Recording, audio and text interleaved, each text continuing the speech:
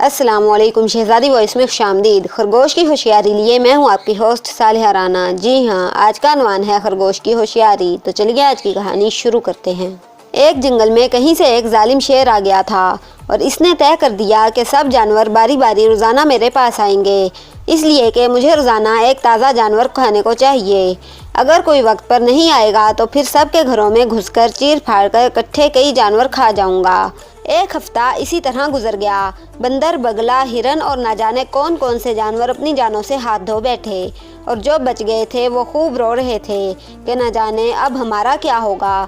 ایک خرگوش جو بہت ہوشیار تھا، اس نے اللہ تعالیٰ سے دعا کی کہ اے اللہ، ہم سب کو اس ظالم شیر سے بچا لے۔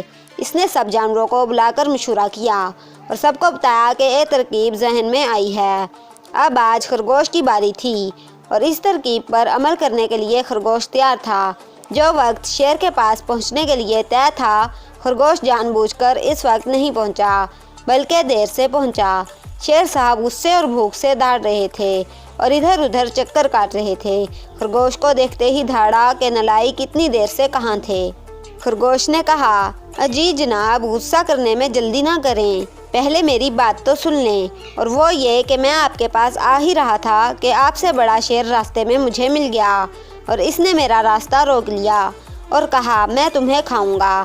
میرے بتانے پر کہ میں تو کسی اور شیر کے پاس جا رہا ہوں، وہ سخت غصے میں آ چکا ہے اور اس نے کہا بتاؤ مجھے وہ کون دوسرا شیر ہے، یا تو وہ رہے گا یا میں، اب وہ آپ کا انتظار کر رہا ہے۔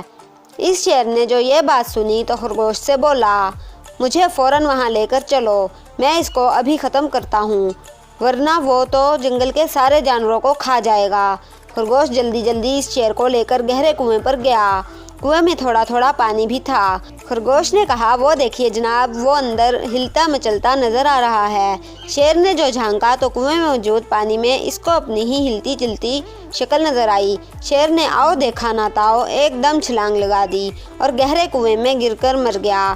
سب جانور دوڑتے دوڑتے آئے اور سب نے مل کر خرگوش کا شکریہ ادا کیا کہ تمہاری کوشش سے ہم سب اس ظالم خون بہانے والے شیر سے بچ گئے۔